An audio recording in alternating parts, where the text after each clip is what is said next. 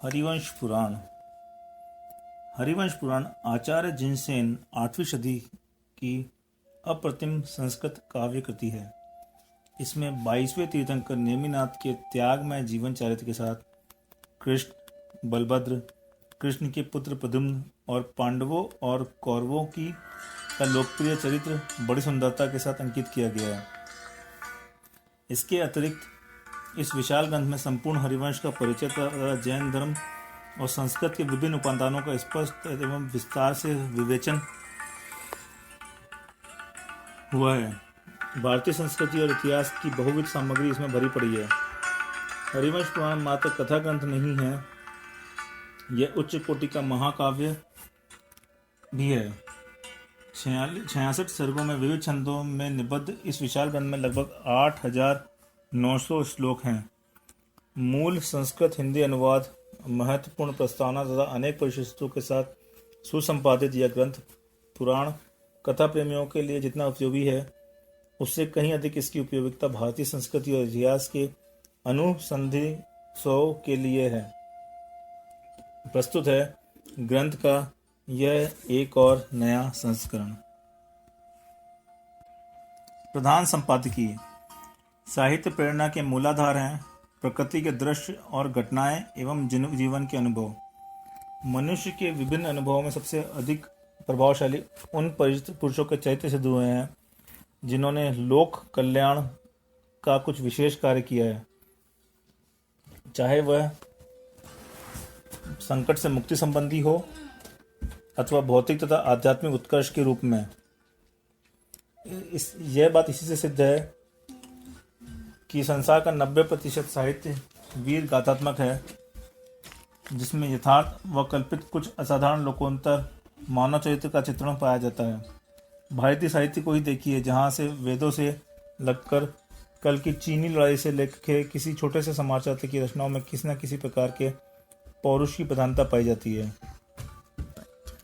राष्ट्र के कुछ महापुरुषों के चरित्र और काल की सीमा को पार कर व्यापक रूप से लोक रुचि के विषय बात बन गए हैं।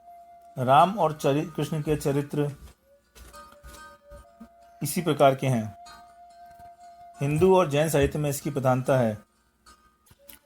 राम और कृष्ण के चरित्र इसी प्रकार के हैं। हिंदू और जैन साहित्य में इनकी प्रधानता है और गत 2,500 वर्षों में अगणित पुराण, काव्य, नाटक एवं कथानक इन नामों के आधार से लिखे गए हैं। जैसे वैदिक परंपरा में रामायण और महाभारत उक्त विविध साहित्य धाराओं के स्रोत सिद्ध हुए हैं, वैसे ही जैन साहित्य में पद्म पुराण या पद्मचरित और हरिवंश या अरिष्ट नेमित चरित्र का स्थान है। यह हमारा प्रयोजन विशेषता हरिवंश संबंधी कथानकों से है। अर्धमागधी आगम में अनेक स्थलों पर कृष्ण व कौरव पांडव के व्याख्यान आए हैं। विशेषता छठे सूत्रांग नाया धम्म कहाव एवं 8वें अंत गण दशाओं में आगमोत्तर वसुदेव हिंदी आदि प्राकृत ग्रंथ भी हरिवंश संबंधी कथाओं के महान आकर हैं। इनका बहुत सा वर्णन महाभारत में मिलता है और कुछ स्वतंत्र पाया जाता है। विशेष बात यह है कि इन चरित्रों को भिन्न भिन्न धर्मों ने भी अपनी सैद्धांतिक तथा नैतिक परंपरा के अनुरूप बनाया है। पूछा जा सकता है कि इन अन्य धर्मों में देव रूप माने जाने वाले पुरुषों को जैन धर्म में क्यों और कैसे मान्यता प्राप्त हुई है। उत्तर वही है जो ऊपर दिया जा चुका है। जैन धर्म में वीर पूजा की मान्यता है। उसने अपने अर्धम तीर्थंकर को तो वीर व महावीर के नाम से संबोधित किया ही है। ऐसे 24 महापुरुष हुए हैं जिन्होंने तप और ज्ञान के बल से धर्म का प्रशस्त मार्ग बताया है और स्वयं तीर्थंकर रूप से लोक का धारण के पात्र बने। 12 वीर पुरुष ऐसे भी हुए हैं जिन्होंने लोक विजय और दुष्ट निग्रह करके शासन की व्यवस्थाएं स्थापित की। वे चक्रवर्ती प्राप्त करके लोक सम्मान के भाजक हुए। इसी प्रकार 9 बलभद्रों, 9 नारायण तो 9 नारायणों के शत्रु 9 प्रतिनारायणों के ने भी अपने समय में कुछ असाधारण पराक्रम द्वारा विविध प्रकार के आदर्श उपस्थित किए हुए हैं। जैन पुराणों में विस्तार से चरित्र एवं कथानकों में रचयिता की प्रतिभा और रुचि अनुसार हिनादिक कलात्मक रूप से इन 63 सलाकाओं पुरुषों की वीर गाथा कही गई है। इन्हीं लोकोत्तर वीर पुरुषों में राम और कृष्ण भी गिने गए हैं, अतएव उनकी भी जैन पुराणों में सम्मानपूर्वक प्रतिष्ठा पाई जाती है। विनय वर्णन की दृष्टि से वैदिक परंपरा के पुराण में 5 अंग माने गए हैं। सृष्टि की रचना, प्रलय और पुनः सृष्टि, मानववश, मनुओं के युग और राजवंशों के चरित्र। अपने मौलिक सिद्धांतों के अनुसार उचित हेरफेर में जैन पुराणों में भी इनका लक्षण का पालन किया गया है। इससे वैदिक परंपरा में पुराण के 5 अंग माने गए हैं: सृष्टि की रचना, प्रलय और पुनः सृष्टि, मानववंश, मनुओं के युग और राजवंशों के चरित्र। अपने मौलिक सिद्धांतों के अनुसार उचित हेरफेर के साथ जैन पुराणों में भी इनका लक्षणों का पालन किया गया है। जैन धर्म विश्व को जड़ चेतन रूप से अनादि अनंत मानता है, किंतु उसका विकास कालचक्र के आरोह अवरोह के क्रम से ऊपर नीचे की ओर परिवर्तनशीलता के लिए बदला करता है। अतः जैन पुराणों में सर्ग और प्रतिशत के स्थान पर विश्व का यही स्वरूप तथा काल चक्र के आरोह का उत्सर्पणी अवसर्पणी रूप, विविध परिवर्तन एवं लोक व्यवस्था में हेर फेर का विवरण किया गया है। वंशों, मनुओं, कुलकरों और वंशा चरित्रों इन पुराणों में भी अपनी परंपरा अनुसार वर्णन किया है। पुराण विषयक जैन ग्रंथों की संख्या सैकड़ों और वे प्राकृत, संस्कृत, अपभ्रंश तथा तमिल, कन्नड़, हिंदी आदि सभी प्राचीन भारतीय भाषाओं में पाए जाते हैं। इन विविध रचनाओं में वर्णक भेद भी पाया जाता है, जिसका परस्पर तथा वैदिक पुराणों के साथ तुलनात्मक अध्ययन अनुसंधान एक रोचक और महत्वपूर्ण विषय है। जैन हरिवंश पुराण में उक्त प्रकार विषय प्रतिपादन के साथ हरिवंश की एक शाखा यादव कुल और उसमें उत्पन्न हुए 2 शलाका पुरुषों का चरित्र विशेष रूप से परिवर्णित हुआ है। एक 22वें तीर्थंकर नेमिनाथ और दूसरे नवे नारायण कृष्ण। ये दोनों चचेरे भाई थे, जिनमें से एक ने अपने विवाह के अवसर पर निमित्त पाकर संन्यास ले लिया और दूसरे ने कौरव पांडव के युद्ध में अपना बल कौशल दिखलाया। जैन हरिवंश पुराण में उस प्रकार की विषय प्रतिपादन के साथ हरिवंश की एक शाखा यादव कुल और उसमें उत्पन्न हुए 2 शलाका पुरुष का चरित्र विशेष रूप से वर्णित हुआ है। एक 22वें तीर्थंकर नेमिनाथ और दूसरे नवे नारायण कृष्ण। ये दोनों चचेरे भाई थे, जिनमें से एक ने अपने विवाह के अवसर पर निमित्त पाकर संन्यास ले लिया और दूसरे ने कौरव पांडव युद्ध में अपना बल कौशल दिखलाया। एक ने आध्यात्मिक उत्कर्ष का आदर्श उपस्थित किया था और दूसरे ने भौतिक लीला का। एक ने निवृत्ति परायणता का मार्ग प्रशस्त किया और दूसरे ने प्रवृत्ति का। इसी प्रसंग से हरिवंश पुराण में महाभारत का कथानक सम्मिलित पाया जाता है। इस विषय की प्राचीन संस्कृति, प्राकृत व अपभ्रंश रचनाएं बहुसंख्यक है। हरिवंश पुराण के नाम से संस्कृत में धर्म कीर्ति, श्रुत कीर्ति, सकल कीर्ति, जयसागर, जिनदास व मंगल रसकृत व पांडव पुराण नाम से श्रीभूषण, शुभचंद्र, वादिचंद, जयानंद, विजयगणी, देव विजय, देवप्रभ, देवभद्र व शुभवर्धन कृता तथा नेमिनाथ चरित्र के नाम से सूराचार्य, उदयप्रभ, कीर्तिराज, गुण विजय, हेमचंद, भोजसागर, तिलकाचार्य, विक्रम नरसिंह, हरिशेन, नेमिदत्त आदि कृष्ण रचनाएं ज्ञात हैं। प्राकृत में रत्नप्रभ, गुणवल्लभ और गुणासार द्वारा तथा अपभ्रंश में स्वयंभू, धवल, यश कीर्ति, श्रुत कीर्ति, हरिव्रत व रेदु द्वारा चरित पुराण व काव्य ज्ञात हो चुके हैं। इन स्वतंत्र रचनाओं के अतिरिक्त जिनसेन, गुणबद्ध व हेमचंद द्वारा पुष्पदंतकृत संस्कृत व अपभ्रंश महापुराणों में भी यह कथानक वर्णित है एवं उसकी स्वतंत्र प्राचीन प्रतियां भी पाई जाती है। हरिवंश पुराण, अरिष्ट नेमि या नेमि चरित, पांडव पुराण व पांडव चरित आदि नामों से न जाने कितनी संस्कृत, प्राकृत व अपभ्रंश रचनाएं अभी भी अज्ञात रूप से भंडारों में पड़ी होना संभव है। प्राचीन हिंदी में, कन्नड़ में रचित ग्रंथ भी अनेक हैं, अतः प्रस्तुत ग्रंथ के संपादक ने अपनी प्रस्तावना के से 10 पृष्ठ पर प्रस्तुत रचना के अतिरिक्त केवल एक संस्कृत और एक अपभ्रंश रचना मात्र का उल्लेख किया है। इसमें इस विषय पर जैन साहित्य रचना के संबंध में भ्रम नहीं होना चाहिए। पुराणों को हिंदू व जैन परंपराओं के अनुसार अपने अपने काल के विश्वकोश बनाने का प्रयत्न किया गया है। उसमें न केवल कथानक मात्र परंतु प्रसंगानुसार धर्म व नीति के अतिरिक्त नाना कलाओं और ज्ञान विज्ञान का भी परिचय संक्षेप या विस्तार से करा दिया है। इस प्रवृत्ति का उद्देश्य यह दिखाई देता है कि एक ही पुराण का पाठ करने वाला श्रद्धालु अपनी परंपरा संबंधी सभी प्रकार की जानकारी प्राप्त कर ले। प्रस्तुत हरिवंश पुराण में भी यह प्रवृत्ति विशेष रूप से पाई जाती है। यहाँ जो त्रैलोक्य का स्वरूप, महावीर जीवन चरित्र, समोषण व धर्मोपदेश तथा संगीत कला आदि का वर्णन किया गया है, वह उन विषयों का परिपूर्ण प्रकरण है और स्वतंत्र रूप से भी अध्ययन का व प्रसार के योग्य है। वैदिक साहित्य और विशेष पौराणिक रचनाओं के कर्तव्य और काल के संबंध में बड़ा विवाद तथा अनिश्चय है। सौभाग्य से जैन परंपराओं में काल निर्देश की प्रवृत्ति प्रायः अधिक स्पष्ट पाई जाती है। यहाँ प्रमुख पुराणों के रचयिता और रचना काल के स्पष्ट उल्लेख पाए जाते हैं। प्रस्तुत हरिवंश पुराण के कर्ता ने तो अपना परिचय भले प्रकार से दे दिया है कि वे पुन्नाट संघ के थे। उनके गुरु का नाम कीर्तिसेन था और उन्होंने अपनी यह रचना शक संवत 705 में समाप्त की थी। यही नहीं किंतु वे ही ऐसे महाकवि पाए जाते हैं जिन्होंने भगवान महावीर से लगाकर 683 वर्ष की सर्वमान्य गुरु परंपरा के अतिरिक्त उनके आगे अपने समय तक की अन्यत्र कहीं न पाई जाने वाली गुरुवावली भी दी है।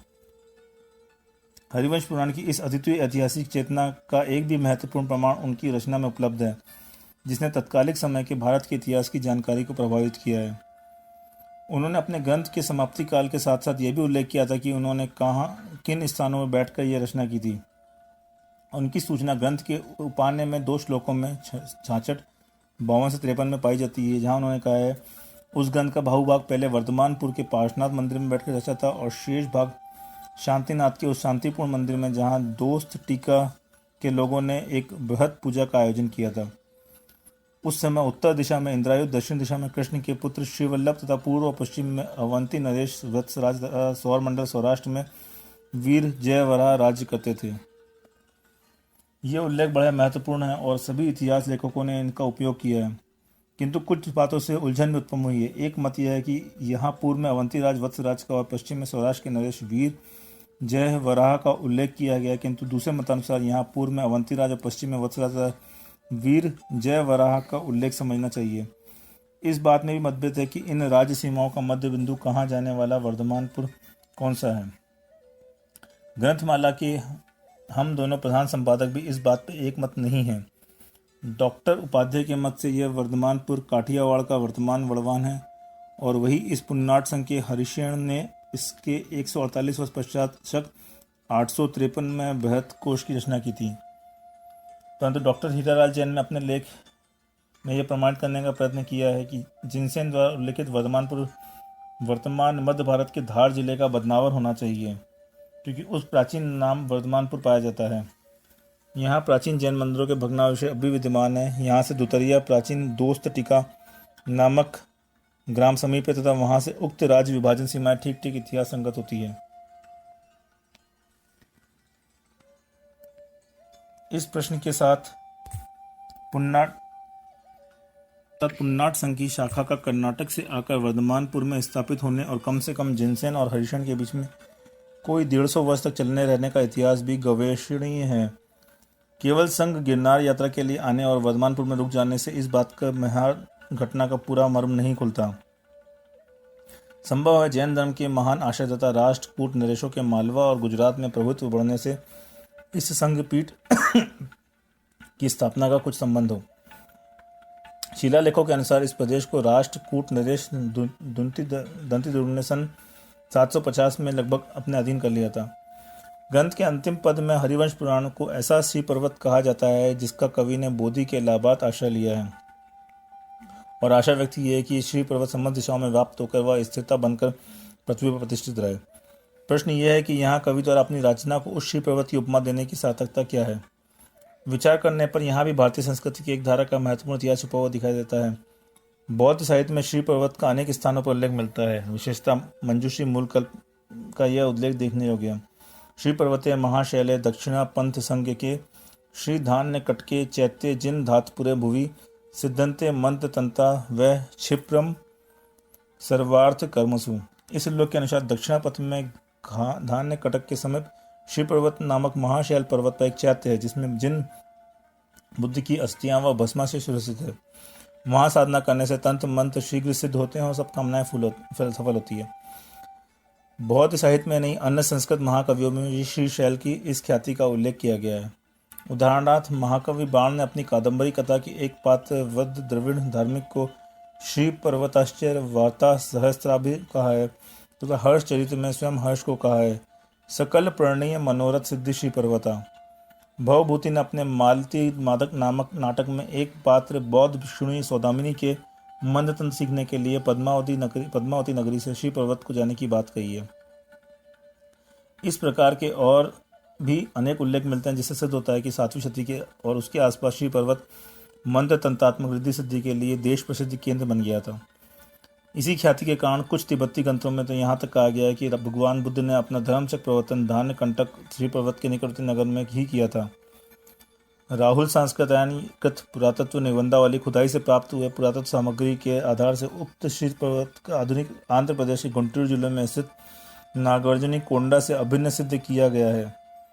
इस पहाड़ी का नाम अब स्थानीय नाम नहरल्लुवड़ु है।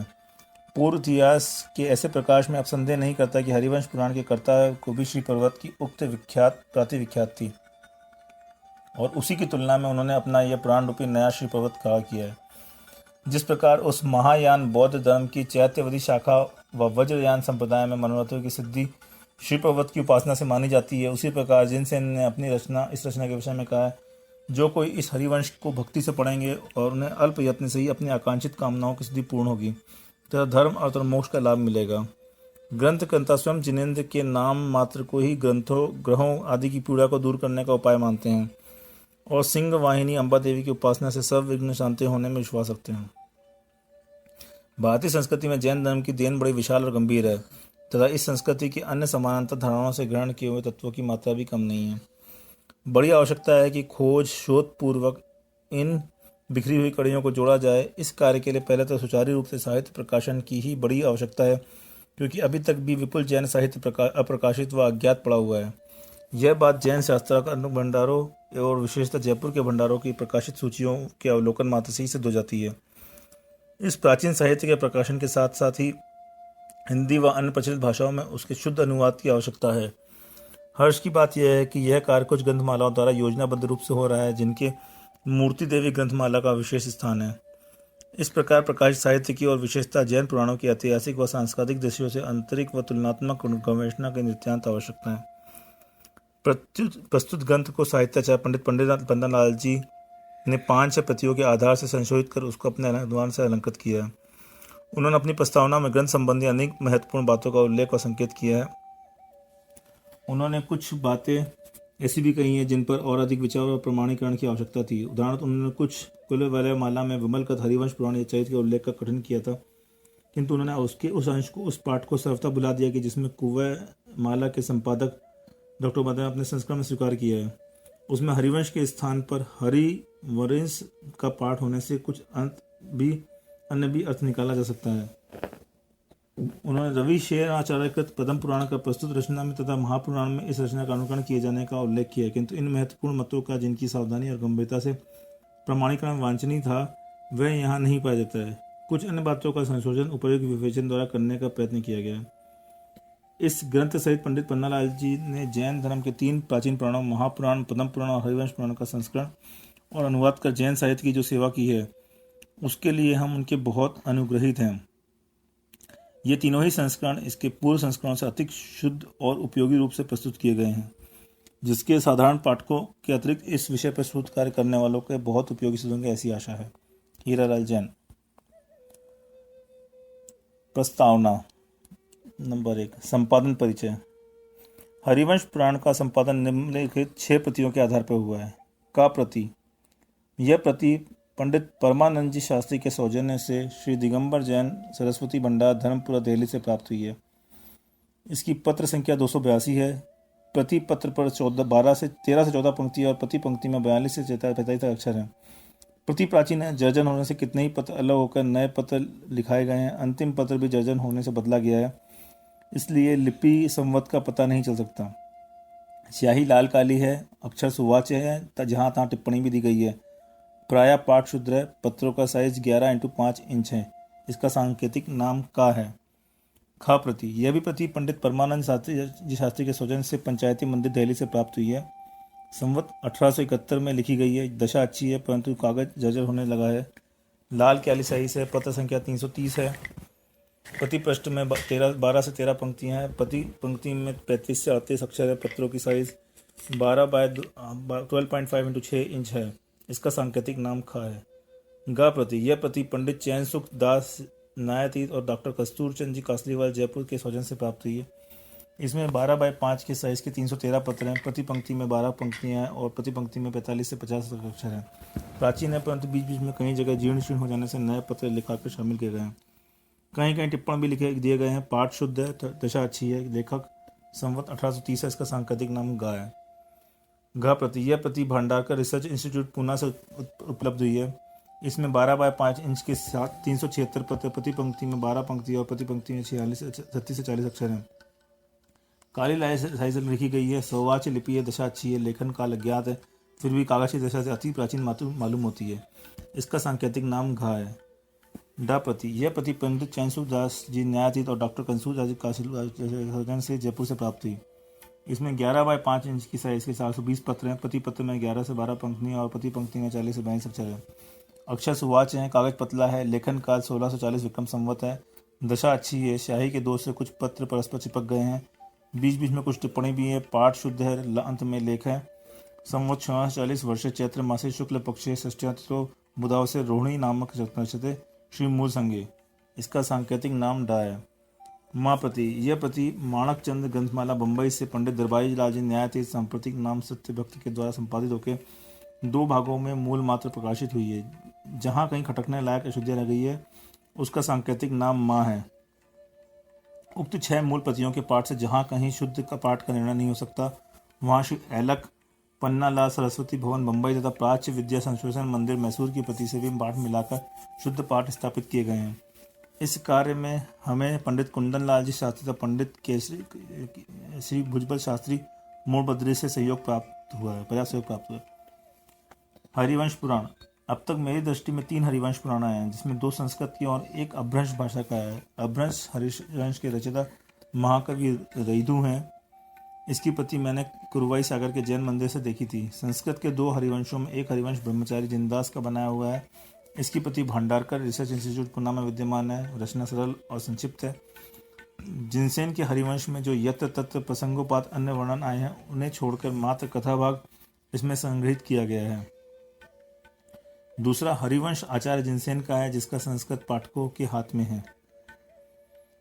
आचार्य जिनसेन का हरिवंश पुराण दिगंबर संप्रदाय के कथा साहित्य में अपना प्रमुख स्थान रखता है। यह विषय विवेचना के अनुसार अपेक्षा तो प्रमुख स्थान रखता ही है।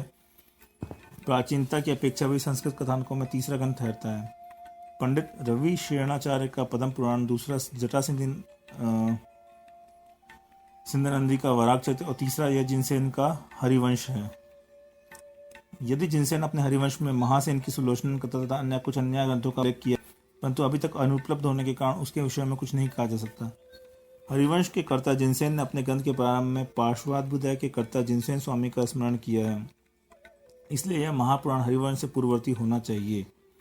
यह मान्यता उचित नहीं प्रतीत होती, क्योंकि जिस तरह जिनसेन ने अपने हरिवंश पुराण में जिनसेन प्रथम का स्मरण करते हुए उनके पार्श्वाद्भुदय का उल्लेख किया, उस तरह महापुराण का उल्लेख नहीं किया है। इससे विदित होता है कि हरिवंश रचना के पूर्व तक जिनसेन प्रथम के महापुराण की रचना नहीं हुई थी। महापुराण जिनसेन स्वामी के जीवन की अंतिम रचना है, इसलिए तो वह उनके द्वारा पूर्ण नहीं हो सकी थी। उनके शिष्य गुणभद्राचार्य के द्वारा पूर्ण किया गया था। हरिवंश और महापुराण दोनों को देख के ऐसा लगता है कि महापुराण ने हरिवंश को देखने के बाद ही उसकी रचना की है। हरिवंश पुराण में 3 लोकों का संगीत का व्रत विधान आदि का जो बीच बीच में विस्तृत वर्णन किया, उसके कथा से सौंदर्य की हानि हुई है। इसलिए महापुराण में उन सबसे अधिक विस्तार को छोड़कर प्रसंगोपात संक्षिप्त ही वर्णन किया गया है। काच्योचित भाषा तथा अलंकार की विच्छत्ति भी हरिवंश पुराण की अपेक्षा महापुराण में अत्यंत परिष्कृत है। जिस प्रकार जिनसेन के महापुराण का आधार कवि परमेष्टि का वार्गत संग्रह पुराण है, उसी प्रकार हरिवंश का भी कुछ न कुछ अवश्य रहा होगा। हरिवंश के कर्ता जिनसेन ने प्रकृत ग्रंथ के अंतिम सर्ग में भगवान महावीर से लेकर 383 वर्ष तक की और उसके बाद अपने समय की जो विश्वत अविच्छिन्न आचार परंपरा दी है, उससे इतना तो स्पष्ट है कि इनके गुरु कीर्ति ऋषण थे और संभवतः हरिवंश की कथा वस्तु उन्हें उनसे प्राप्त हुई होगी। कुवै माला के कर्ता उद्योतन सूरी ने विक्रम संवत 835 में अपनी कुवै माला में जिस तरह रविशरण के पद्म चरित्र और जटा सिंह नंदी के वराग चरित्र की स्तुति की, उसी प्रकार हरिवंश की भी की है। उन्होंने लिखा है कि मैं हजारों बुद्धजनों के प्रिय हरिवंशोत्पत्ति कारक प्रथम वंदनीय और विमल पद हरिवंश की वंदना करता हूँ। यहाँ श्लेष से विमल पद के विमल सूरी के चरण और विमल हैं पद जिनसे ऐसा हरिवंश 2 अर्थात घटित होते हैं। विमल सूरी का यह हरिवंश अभी तक अप्राप्य है। इसके मिलने पर हरिवंश के मूलाधार का निर्णय सहज हो सकता है। वर्णन शैली को देखते हुए इन्होंने रविशरण के पद्म चरित्र को अच्छी तरह देखा है, यह स्पष्ट है। पद्ममय ग्रंथों में गद्य का उपयोग अन्यत्र देखने में नहीं आता, परंतु जिस प्रकार रविशरण ने पद्म चरित्र में वृत्तानुगंधी पद्य का प्रयोग किया, उसी प्रकार जिनसेन ने भी हरिवंश के 49वें सर्ग में नेमी जिनेन्द्र का स्तवन करते हुए व्रतानुगंधी गद्य का प्रयोग किया है। हरिवंश का लोक विभाग एवं शलाका पुरुषों का वर्णन त्रैलोक्य प्रगति से मेल खाता है। द्वादशांग का वर्णन राजवर्ती के अनुसार है। संगीत का वर्णन भरत मुनि के नाट्य शास्त्र से अनुप्राणित है और तत्वों का निरूपण तत्वार्थ तथा सर्वार्थ सिद्धि के अनुकूल है। इससे जान पड़ता है कि आचार्य जिनसेन ने उन सभी ग्रंथों का अच्छी तरह अवलोकन किया है। तत्प्रकरणों में दिए गए तुलनात्मक टिप्पणियों से उनका निर्णय सुगम है। हाँ, व्रत विधान, समर्षण तथा जैनेन्द्र विहार का वर्णन किससे अनुप्राणित है, यह निर्णय मैं नहीं कर सका।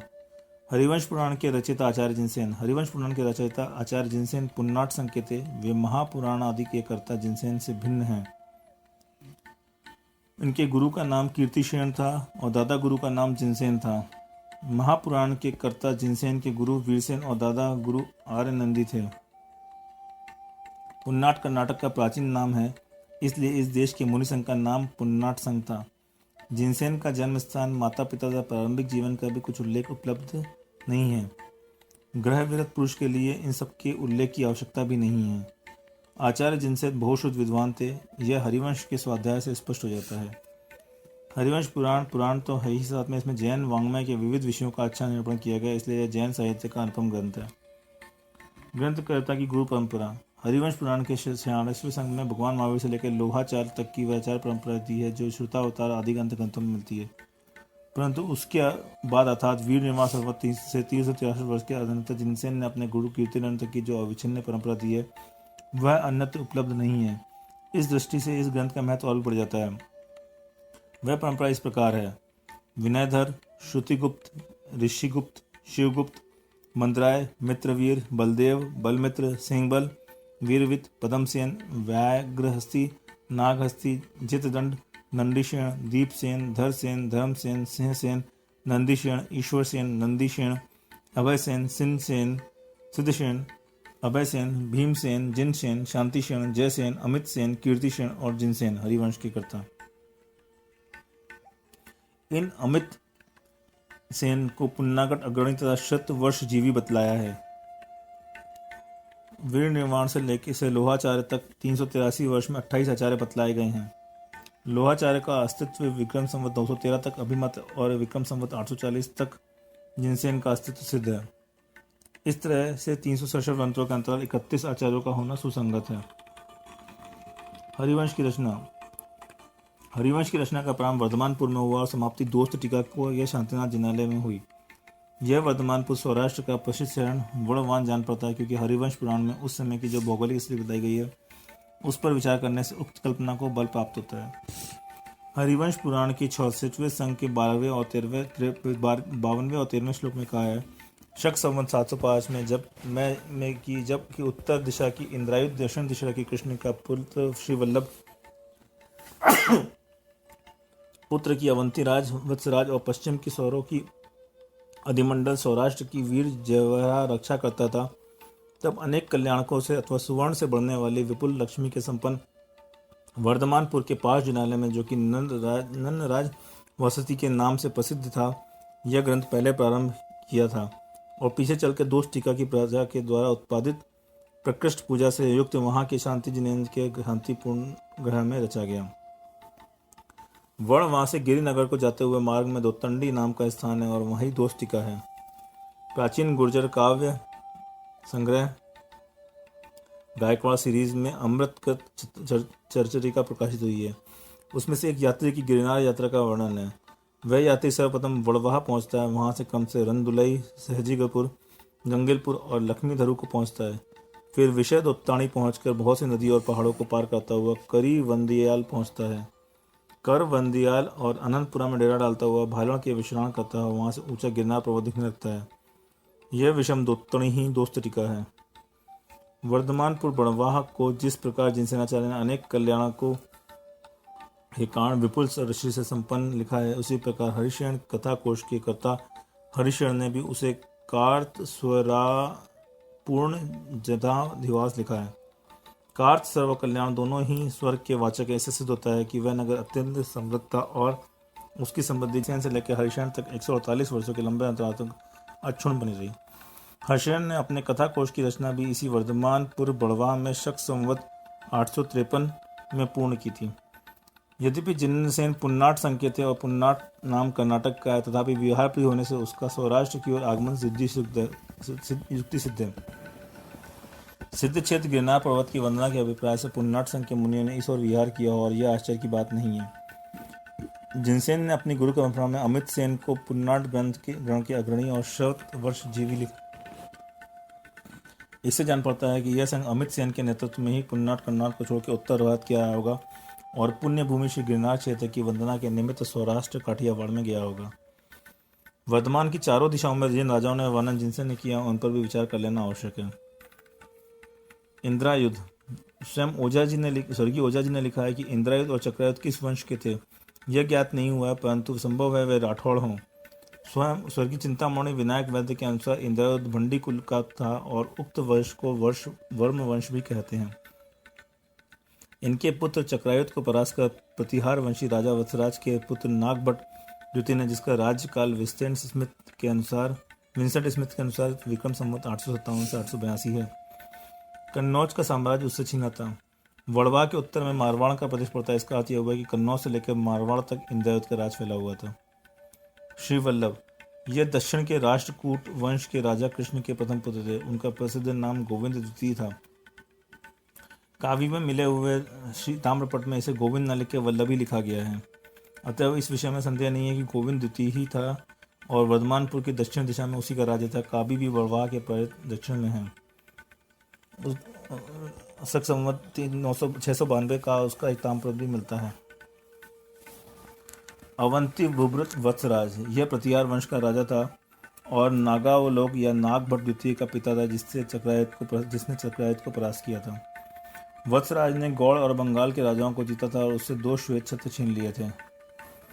आगे इन्हीं छत्रों को राष्ट्रकूट गोविंद द्वितीय श्री वल्लभ के छोटे भाई ध्रुवराज ने चढ़ाई करके उनसे छीन लिया था और उसे मारवाड़ की अगम रेतीली भूमि की ओर भागने को विवश कर दिया था। ओझा जी ने लिखा है कि उत्तर वत्सराज ने मालवा के राज्य पर चढ़ाई की थी और मालवा राज को बचाने के लिए ध्रुवराज उस पर चढ़ दौड़ा। 705 में तो मालवा वत्सराज के अधिकार में था, क्योंकि ध्रुवराज का राज्यारोहण सल्तनत काल 707 के लगभग अनुमान किया गया है और उससे पहले 705 में तो गोविंद द्वितीय श्री वल्लभ ही राजा थे, इसलिए वहां पर भी ध्रुवराज की उक्त चढ़ाई हुई होगी। उद्योतन सूर्य ने अपने कुंवर माला जावालपुर या जालोर मारवाड़ में तब समाप्त की थी, तब संवत 705 समाप्त होने की एक दिन बाकी था और उस समय वत्सराज का राज्य था, अर्थात हरिवंश की संरचना के समय संवत 705 में तो उत्तर दिशा मारवाड़ इंद्रायुध के अधीन था और पूर्व का मालवा वत्सराज के अधिकार था। परंतु इसके 5 वर्ष पहले संवत 700 में वत्सराज मारवाड़ का अधिकारी था। इससे अनुमान होता है कि पहले उसने मारवाड़ से ही आकर मालवा पर अधिकार किया होगा और उसके बाद ध्रुवराज की चढ़ाई होने पर वह फिर मारवाड़ की ओर भाग गया होगा।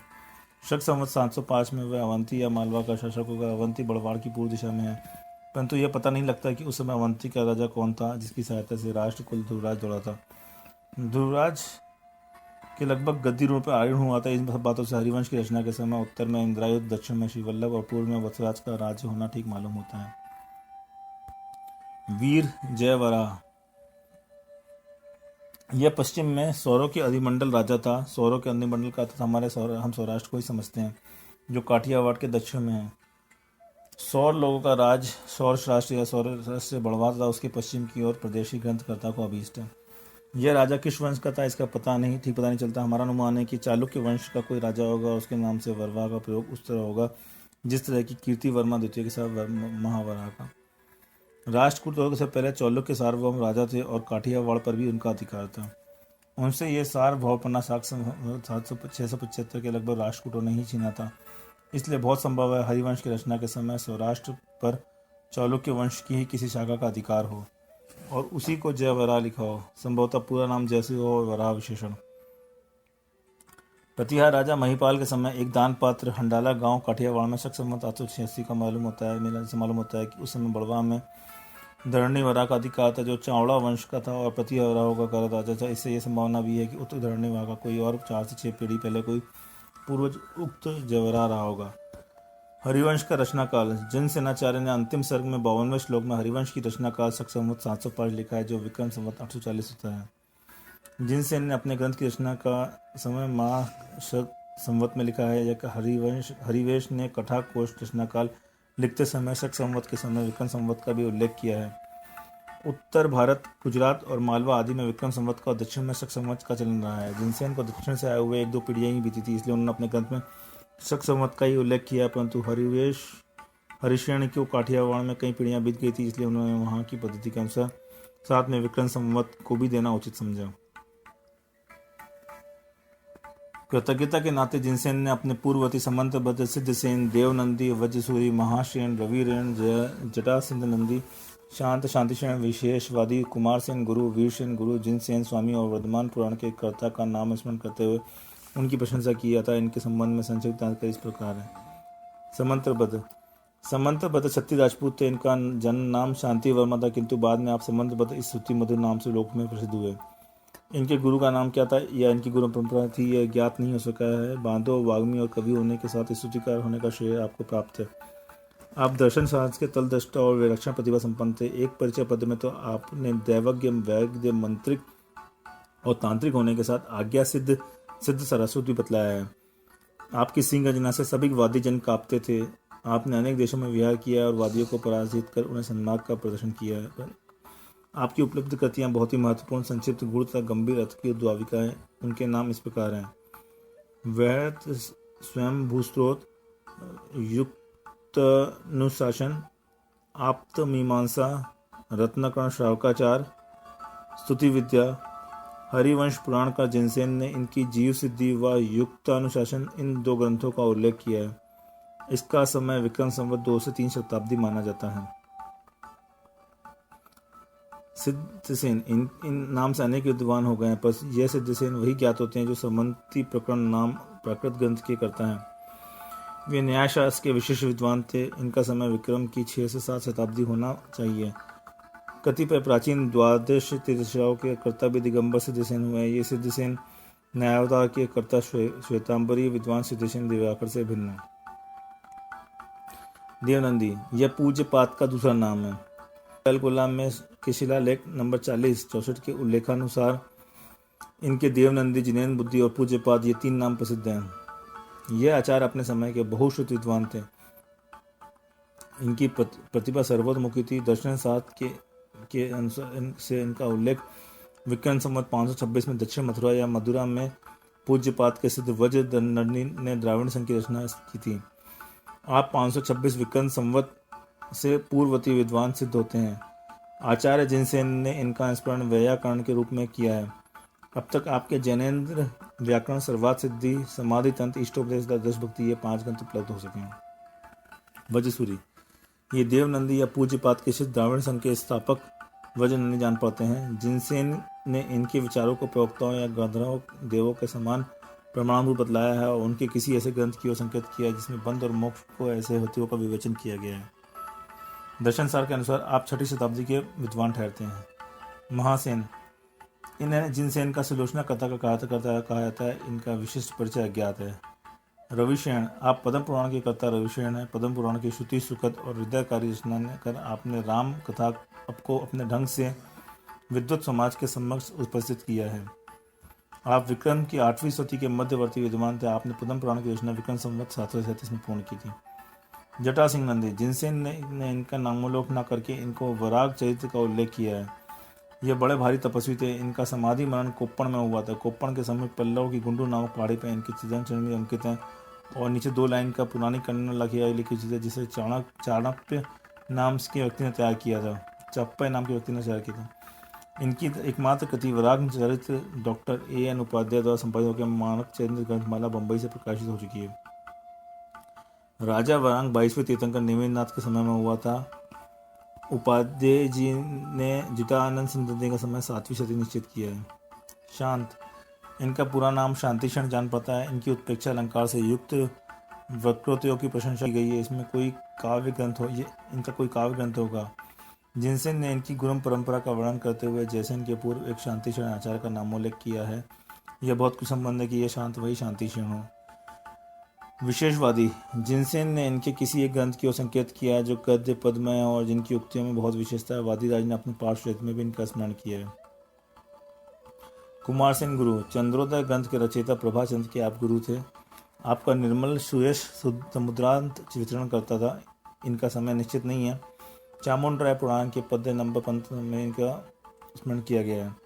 डॉक्टर उपाध्याय ने इनका परिचय देते हुए जैन संदेश की सुसान 12 में लिखा है कि ये मूल गुंड नामक स्थान पर आत्मत्याग को स्वीकार करते हुए कोपड़द्री पर ध्यानस्थ हो गए थे और समाधि पूर्ण किया था। वीरसेन गुरु ये उस मूल संघ पंचस्तूपाय के आचार्य थे जो सेना संघ के नाम से लोक में विकसित हुआ। ये आचार्य चंद सेन के प्रशिष्ट आर्य नंदी के शिष्य महापुराण आदि के कर्ता जिनसेन के गुरु थे। आप षटखंडागम पर 72,000 श्लोक प्रमाण धवला टीका तथा कषाय प्रावृत पर 20,000 लोक प्रमाण जय धवला टीका लिखकर दिवंगत हुए थे। जिनसेन ने उन्हें कवियों का चक्रवर्ती तथा अपने आप द्वारा परलोक विजेता कहा था। आपका समय विक्रम की नवी शती पूर्वार्ध है। जिनसेन स्वामी आप वीरसेन के गुरु शिष्य थे। वीरसेन गुरु के शिष्य थे। हरिवंश के पुराण जिनसेन के ने आपके पार्श्वभूत ग्रंथ की ही चर्चा की है, जबकि आप महापुराण तथा कषाय प्रावृत की अवशिष्ट 40,000 श्लोक प्रमाण टीका के भी करता है। इससे जान पड़ता है कि हरिवंश पुराण के समय उन्होंने पार्श्वभूत की रचना की होगी। जय धवला और महापुराण की रचना पीछे की होगी, और महापुराण की रचना तो उनकी अंतिम कृति ही कही जा सकती है जिसे पूरा नहीं कर सके। आपका समय नवी शती का है। हरिवंश पुराण की कथा वस्तु। हरिवंश पुराण में जिन सेनाचार प्रधानतः 22वें तीर्थंकर श्री नेमिनाथ भगवान का चरित्र लिखना चाहते थे, परंतु प्रसंगोपत अन्य कथानक भी इसमें लिखे गए हैं। यह बात हरिवंश के प्रत्येक सर्ग में उसके पुष्पिका वाक्य से सिद्ध होती है, जिसमें उन्होंने इति अरिष्ट नेमि पुराण संग्रह इसका उल्लेख किया है। भगवान नेमिनाथ का जीवन आदर्श त्याग का जीवन है। वे हरिवंश गगन के प्रकाशमान सूर्य थे। भगवान नेमिनाथ के साथ नारायण और बलभद्र पद के धारक श्री कृष्ण तथा राम के भी कौतूहक चरित्र इसमें लिखे गए हैं। पांडवों तथा कौरवों का लोकप्रिय चरित्र भी इसमें बड़ी सुंदरता के साथ अंकित किया है। श्री कृष्ण के पुत्र प्रद्युम्न का चरित्र भी इसमें अपना पृथक स्थान रखता है। हरिवंश पुराण की साहित्यिक सुषमा। हरिवंश पुराण न केवल कथा ग्रंथ है, किंतु महाकाव्य गुणों से युक्त उच्च कोटि का महाकाव्य भी है। इसके 37वें सर्ग में नेमिनाथ भगवान का चरित्र प्रारंभ होता है। वहीं से साहित्यिक सुषमा इसकी बढ़ती जाती है। इसका 55वां सर्ग यमकादि अलंकारों से अलंकृत है। इसमें अनेक सर्ग सुंदर सुंदर छंदों से विभूषित हैं। ऋतु वर्णन, चंद्रोदय वर्ण आदि भी अपने ढंग के निराले हैं। नेमिनाथ भगवान के वैराग्य तथा बलदेव के विलाप आदि के वर्णन करने के लिए जिनसेन ने जो छंद चुने हैं, वे रस परिपाक से अत्यंत अनुरूप हैं। श्री कृष्ण की मृत्यु के बाद बलदेव का करुण विलाप और स्नेह का चित्रण लक्ष्मण की मृत्यु के बाद रविशरण द्वारा पद्म पुराण में वर्णित राम विलाप के अनुरूप है। वह इतना कर्ण चित्रण हुआ कि पाठक का सुधारा को रोक नहीं सकता। नेमिनाथ के वैराग्य वर्णन को पढ़कर प्रत्येक मनुष्य हृदय संसार की माया से ममता से विमुख हो जाता है। राजीमती के प्रति त्याग पर पाठ के नेत्रों से सहानुभूति की अशुधारा जहाँ प्रवाहित होती है, वहाँ उनके आदर्श सत्वों पर जन जन के मानस में उनके प्रति अगाध श्रद्धा उत्पन्न होती है। मृत्यु के समय कृष्ण के मुख से जो अंतिम उद्गार प्रकट हुए, उनसे उनकी महिमा बहुत ही होती। तीर्थंकर प्रकृति जिसके बंधु है, उनके परिणामों में जो समता होनी चाहिए वह अंत तक स्थिर रही है। यहाँ हम कुछ अवतरण देकर ग्रंथ की सुषमा को प्रकट करना चाहते हैं, परंतु लेख का कलेवर बढ़ जाने के भय से वैसा नहीं कर रहा हूँ। मेरा अनुरोध है कि पाठक ग्रंथ का स्वाध्याय कर रसानुभूति करें। हरिवंश पुराण और लोक वर्णन। हरिवंश पुराण लोक वर्णन प्रसिद्ध है, जो त्रैलोक प्रकृति से अनुप्राणित है। किसी पुराण में इतने विस्तार के साथ इस विषय की चर्चा आना खास बात है। पुराण आदि कथा ग्रंथों में लोक आदि का वर्णन संक्षिप्त रूप में किया जाता है, परंतु इसका वर्णन अत्यंत विशाल और विशेषता के लिए हुआ है। कितने ही स्थानों पर कर्ण सूत्रों का भी अच्छा उल्लेख किया गया है। यदि लोक विवाह के प्रकरण को हिंदी अनुवाद के साथ अलग से प्रकाशित किया जाए तो अल्प मूल्य में पाठक इससे अवगत हो सकते हैं। हरिवंश पुराण और धर्मशास्त्र। भगवान नेमिनाथ की दिव्य ध्वनि के प्रकरण को लेकर ग्रंथकर्ता ने बड़े विस्तार के साथ तत्वों का निरूपण किया है। इसके निरूपण का आधार उमा स्वामी महाराज का तत्वासूत्र और पूज्यपाद स्वामी की सर्वासिद्धि टीका है। वर्णन को देख के मान तत्वासूत्र सर्वासिद्धि ही श्लोक रूप में परिवर्तित होकर सामने आए हैं। कथा के साथ साथ बीच बीच में तत्वों का निरूपण करके पाठक का मन प्रफुल्लित बना देता है। एक विचारणीय विषय।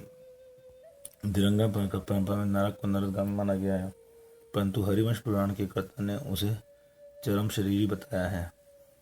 प्रस्तावित गणिज्येष्ठ श्रेष्ठ को प्रच्छदित्यो का ईश नारदोनाथ कुतो वास्त समुद्र गणुवाच वचो गण शुणि श्रेणिक बनते उत्पत्तरि देहस्य नारदस्य स्थितस्सा अन्य देह प्रकृत्वे निकषायो चितो रण प्रेक्षा प्रिय प्रायो जात जल्पाक भास्कर नारदोपि नरश्रेष्ठ प्रवजस तपसो बलात् कृत्याभव क्षयम मोमुक्ष ममयम समूह पेयवान।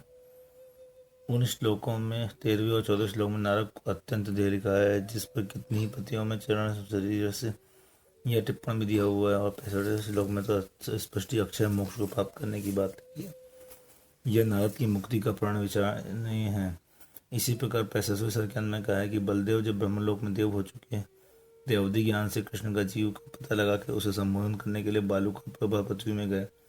बलदेव का जीव देव कृष्ण को अपना परिचय देने के बाद वहां से उसे अपने साथ ले जाने का प्रयत्न करता है, परंतु वह सब विफल हो जाता है। अंत में कृष्ण का जीव बलदेव से कहता है, भाई जाओ अपने स्वर का फल भोगो, आयु का अंत होने पर मैं भी मनुष्य पर्याय को प्राप्त होऊंगा, वह मनुष्य पर्याय जो कि मोक्ष कारण होगी।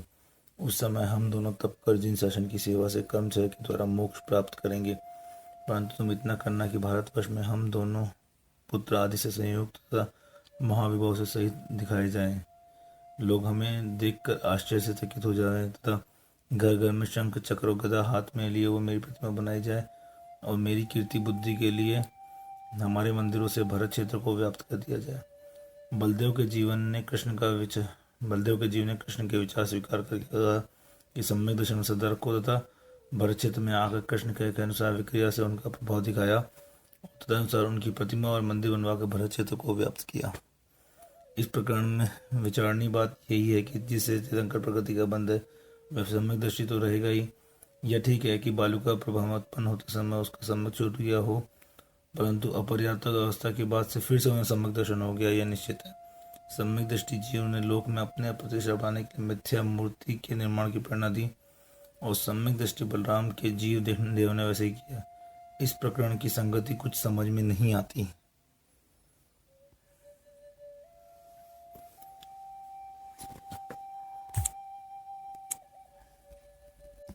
इस ग्रंथ के संपादन और आभार प्रदर्शन। इस ग्रंथ के संपादन में श्रम बहुत करना पड़ा। जिन स्थलों का आधार मिल गया है उनके संपादन में तो सुधार ही, परंतु जिनका कुछ आधार नहीं मिला है उनके संपादन में बहुत खोजबीन करनी पड़ी। महापुराण के संपादन के लिए कुछ ताड़पत्रियां मिल गई थी, जिससे सही पाठ आंकने में बहुत सहायता मिली थी, परंतु हरिवंश पुराण की ताड़पत्रियां नहीं मिल सकी। उत्तर भारत के भंडारों में पाई जाने वाली कागज की प्रतियां उपलब्ध ही है। हमें यह लगते हुए संकोच नहीं होता कि उत्तर भारत में जो कागज पर प्रतियां लिखी गई हैं वे यदा कदा ऐसे पेशेवर लेखकों की कलम से भी लिखी गई हैं जो संस्कृत भाषा से प्राय अनभिज्ञ रहे हैं। ऐसे लेखकों की कृपा से प्रतियां प्राय शुद्ध हो गई हैं, अतः शुद्ध पाठ की कल्पना करने में बहुत चिंतन करना पड़ता है। ऐसे कई स्थल इस ग्रंथ में निकले जिनके विषय में मुझे दूसरी प्रतियों के पाठ मिलाने पड़े, और पद्म ज्ञान क्या इस विषय का एक लेख ही जैन संदेश में लिखना पड़ा। पंडित के भुजबली शास्त्री ने मैसूर की प्रतियों से पाठ मिलाने पर, पंडित कुंदलाल जी ने मुंबई की प्रतियों से पाठ मिलाने में मुझे पर्याप्त सहयोग दिया। पंडित रतनलाल जी कटारिया केकड़ी से भी सुयोग विद्वान है। आपने हमारा पद्मायन वाला लेख पढ़कर सुझाया कि सिंधुरा रोड़ू के स्थान पर शंभूरा रोड़ू पाठ होना चाहिए। संपादन के लिए उपलब्ध प्रतियों में से सभी सिंधुराड़ी पाठ था, पर खोज करने पर मैसूर की प्रतियों में शंभूरा रोड़ू पाठ मिल गया और उससे अर्थ की संगति बैठ गई। और भी एक दो ऐसे स्थल है जिनमें आपने अच्छा विचार व्यक्त किया। नारद मुक्ति तथा सम्यक दृष्टि कृष्ण के द्वारा मिथ्या मार्ग चलाने की बात पर भी आपने मेरा ध्यान आकृष्ट किया। इस तरह इन विद्वानों का मैं आभार मानता हूँ। पंडित दरबारी लाल जी सत्य भक्त द्वारा संपादित और माणिक चंद्र ग्रंथ वाला बंबई से प्रकाशित मूल हरिवंश पुराण तथा पंडित दौलत राम जी और पंडित गजाला लाल जी कृत हिंदी टीकाएं भी हमारे कार्य में पर्याप्त सिद्ध हुई हैं, इसलिए इनके प्रति मैं समाधान प्रकट करता हूँ। प्रस्तावना लेख में श्रीमान स्वर्गीय नाथुराम जी प्रेमी से जैन साहित्य का इतिहास से सहायता ली गई है, तो उनके प्रति श्रद्धा प्रकट करता हूँ। महापुराण की प्रस्तावना प्रेमी जी ने रुग्ण रहते हुए भी स्वयं देखी थी। पद्म पुराण की प्रस्तावना में काफी विचार पत्रों द्वारा दिए गए थे, पर हरिवंश पुराण की प्रस्तावना के समय हमें उनका प्रत्यक्ष सहयोग न मिलकर मात्र उनके लेखक का परोक्ष सहयोग मिल रहा है। इससे हृदय में दुख है। किसी भी व्यक्ति को परखने और उसे ऊंचा उठाने के लिए उनकी उदात्त भावना संपर्क में आने वाले प्रत्येक व्यक्ति को अपनी ओर आकर्षित कर लेती थी। हरिवंश के संस्करण में पद्यानुक्रमणिका, शब्दकोश तथा सूक्ति रत्नाकर आदि स्तंभों से अत्यंत उपयोगी बनाने का प्रयत्न किया गया है। तत्प्रकरणों में तुलनात्मक टिप्पणी से भी इसे उपयोगी बनाया गया है। इस कार्य के लिए डॉक्टर हीरालाल जी, डॉक्टर A.N. उपाध्याय तथा बाबू लक्ष्मी चंद्र जी ने सुझाव और प्रेरणा दी है, जिनके लिए मैं उनका कृतज्ञ हूँ। इतना सुंदर और सुव्यवस्थित प्रकाशन करने के लिए भारतीय ज्ञानपीठ के संस्थापक साहू शांति प्रसाद जी तथा उनकी अध्यक्षा रमा रानी जी धन्यवाद के प्राप्त हैं।